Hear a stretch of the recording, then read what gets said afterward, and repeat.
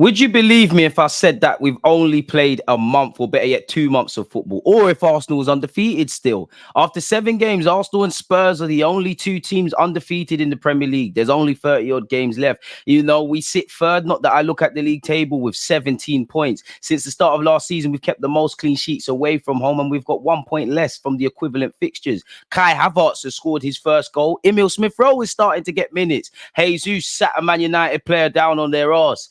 It's fantastic how the month of September has been. Declan Rice got not only a dramatic winner, but a dramatic first goal for Arsenal. We got a clean sheet and beat Everton, which again, were two different teams away from home. Dramatic game against Manchester United saw us win 3-1 and come back from behind in that. We progressed in the EFL Cup against Brentford and we got a clean sheet. Big up Reece Nelson. We marked our return to the Champions League in style with a 4-0 victory against PSV, probably the performance of the month. We shot ourselves in the foot in the North London derby, really and truly, and drew 2-2, but we didn't lose. We ended the month of September brilliantly with a 4-0 victory against Bournemouth, people. So I guess a lot of you are doing a lot of calculations. Are we better than or worse than last season? Are we in good stead or are we in negative stead? Is there reasons to be cautious? Is there reason to be optimistic? And I think everything. I think the most important thing is points on the board. I think we're progressing well with injuries, etc. But there's many levels and gears we can go up. And whatever you say, sparks are flying at the Emirates, home and away. The away form,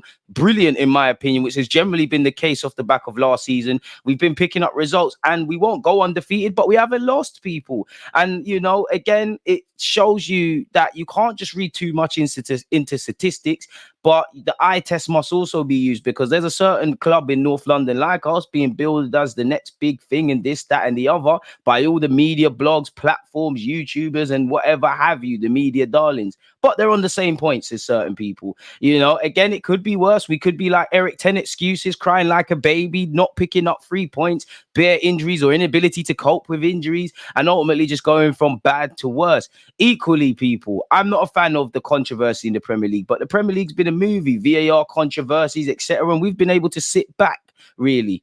Now, again, it's not where you've gone in life, it's where you're going. So we do need to take a look at what is to be expected in October. September is now irrelevant. We take the good and make it great. We take the bad and make it a suitable standard, and we keep it moving. The first stop is this week away from home against Lens in the Champions League. Then it's the big one against Man City, who lost their last Premier League game, people. We've got Lens, Manchester City, Chelsea away, Sevilla away, and Sheffield United in October.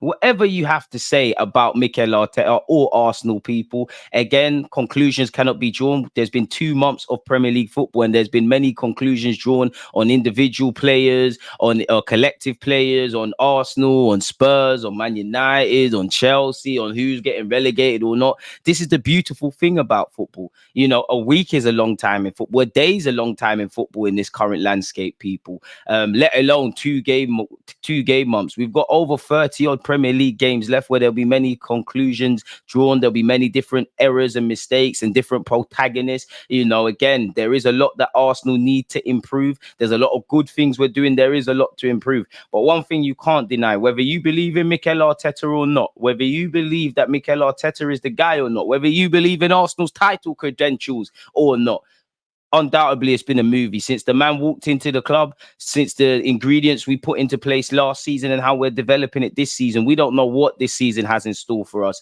We hope it's not how the last 2 seasons have ended, which generally a bit of optimism, but the immediate feeling was disappointment. One thing's for certain, it is a movie. I must admit, I want the games at the Emirates to be more boring. I want us to be how we are at the Emirates away from home. I think we're too amazing for the neutrals to watch. We'll leave that to other teams. We need to defend better and whatnot. So I don't know about you lot, people, but first things first, appreciate you lot for tuning in. By now, you've got to the end of the vid. As I said, I don't know how you lot feel. If there's reasons to be concerned with Arsenal, I can't say you're wrong. If there's reasons to be optimistic, I can't say you're wrong. I think it's in the middle. I think there's a lot of good ingredients. I think, individually players are stepping up. I'd say the most important things for me from this month is that we are undefeated. We're not going to go undefeated forever, but we've gone undefeated. We're picking up points. I think we've taken from a potential 12, we've taken 10 points, and we shot ourselves in the foot against Spurs, which again we need to do better, really and truly, against the top 6 clashes. There's a lot we need to do better, really, because in the Spurs game, there was many things, ultimately it was decided by a Jorginho mistake and a Jesus and Nketiah inability to finish their chances or defend well enough. Ultimately, that's football. I'm not blaming them individually because collectively we needed to do a lot better. But I think that terms of that being a bit more street smart, conversion of chances, these are the things that we need to take to the next level. Generally, game management, even the Man United game, compared to the Spurs game, a wise man learns from other people's mistakes. When you look at the Man United game, they took the lead. We responded immediately, ironically, at the Emirates. What obviously shot us in the foot with obviously the Jorginho mistake. Collectively, players young and old need to switch on. So again, I'm not saying if you should be optimistic or pessimistic. Personally, I think there's reasons for both. I think we need to defend better. I think we need to create a lot more chances, and I think we need to score a lot more chances, really, because I think despite what we've got on paper in terms of goals scored, I think we've got 15 goals scored. I've got it in front of me, 15 goals scored, 3 goals conceded and 2 clean sheets. I think we could do a lot better regardless of what the results are saying. In that regards, we've coped with injuries, we've put points on the board, we've kept it moving. When we've reacted, we reacted in a positive way to dropping 2 points against Spurs and got back on it. Obviously with Manchester City, apologies, dropping points in their last Premier League game, it makes the game against us on Sunday that much more interesting. We've coped with injuries, which is a big thing. Now, of course, I want players back, really. There's still concerns about, at this moment in time, who the left wing position is, depending on when Martinelli's back, and obviously Trossard's fit enough to start games and things. Left-sided centre mid, it's lovely to see Kai Havertz score, and you hope that gives him a boost of confidence to really kickstart his Arsenal career, people. But between him and Fabio Vieira, and obviously Partey's injury, there's a lot of concerns. I think considering taking the building blocks and the foundation that we had last season, and Arteta's, tinkered with little things collectively and individually, I think we're in good stead, really and truly. But there is a lot of unanswered questions. October brings a new month. We've got some tricky games in all comps. Games are coming every 3 days. There is obviously injuries in the camp now, and obviously also, the more injuries you've got, the more minutes that players that are actually fit have to play. And obviously, you run the risk of what Arteta's former manager Wenger said in terms of the red zone. But this is the dynamic we knew we was going into this season with. So we could take a lot more from it. Player of the month for me would be Bukayo Saka. I think the guy's been brilliant. Underrated star of the month, I'd give it to Reece Nelson, because I think at a point he's probably unfortunate to have definitely not started that North London derby, in my opinion. So, yeah, as I said, I think we will shoot ourselves in the foot. We can be our best friends or worst enemies. And I think the only one that can stop us within reason is us. We didn't get top 4 when we finished 5th, when it was a showdown with Spurs, because we didn't do certain things. As great as Manchester City are, playing Manchester City is a bit unfair if you're trying to pick them to a Premier League title, because it's almost impossible. You need to be targeting 90 points, however many wins that correlates. I'll let you mathematicians.